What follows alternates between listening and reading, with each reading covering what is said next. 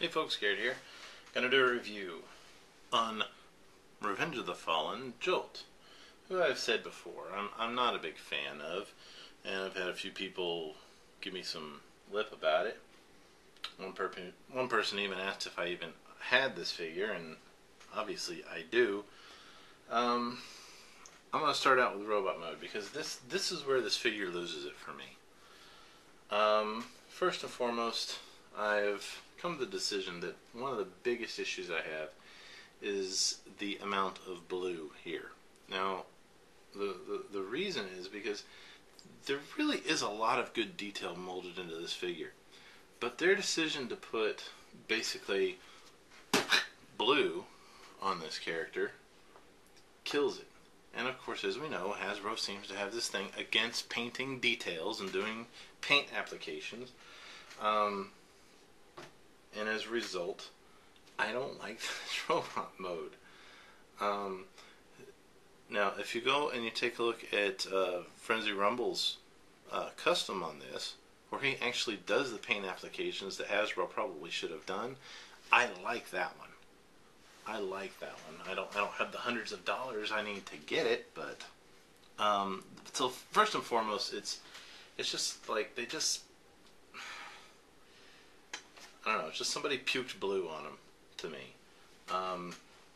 You know, I mean, if you look inside the door panels, there's so many details here, but it's just lost. It's just lost. Another thing I'm not crazy about, because of the kibble, the way that the arms, it's kind of weird to move them around. You know, that's the same on a lot of the figures, but he's got pseudo jazz hands going on in here. And I know that you know, I said I like Blaze Master, he's got jazz hands, but he is not a big Smurf Transformer. Something about, now I will say, I haven't quite determined what it is that I don't like about his face. Something is just not appealing to me on that. And I've looked at this and I've looked at this and I just haven't been able to put my finger on it. Now, kibble wise in the back's not too bad because you can put the front bumpers back together and leave this down and you don't have too much hanging off. And these you can actually, I mean, I can deal with them up like that. That's not too bad.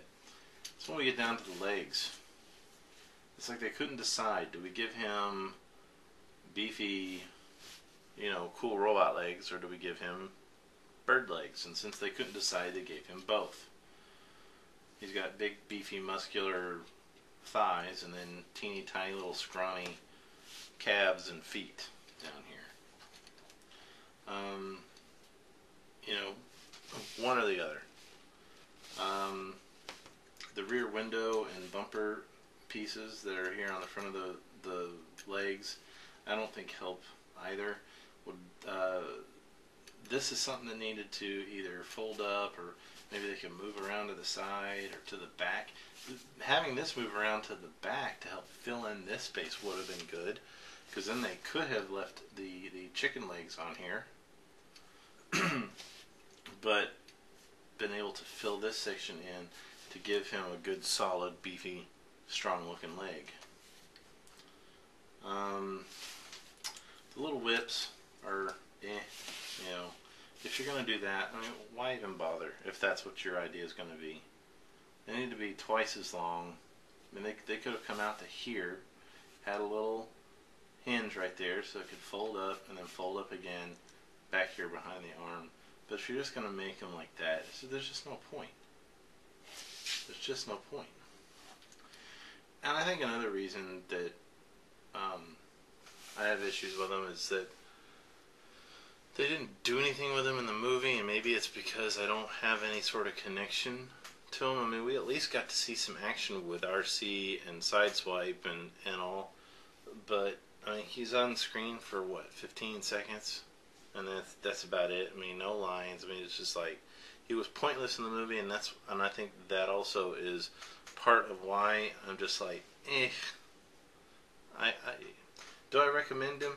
Now, I am going to take him into his vehicle mode. I'll save the recommendation for after that. Let's do that. I will say this is probably one of the first good points, though, is that his transformation is quite easy compared to many of the others. I mean, this piece just folds right back up underneath on the back of the leg like that.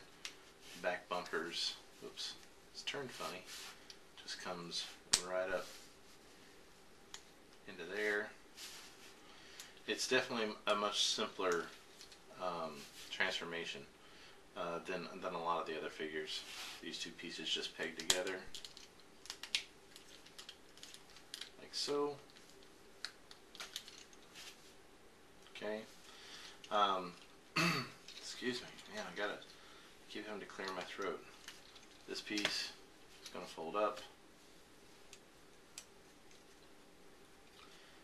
You can see the wheel here is horizontal to his shoulder. That piece actually needs to fold back down like so. His arm just kind of automatically, almost like an automorph, goes into the correct position. Just snaps into place there.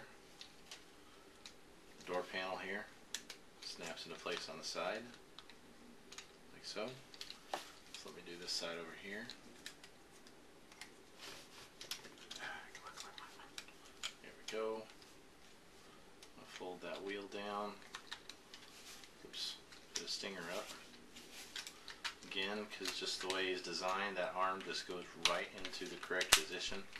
So that, like I said, that is a plus on this figure. I will give him points for that. This transformation is very user-friendly.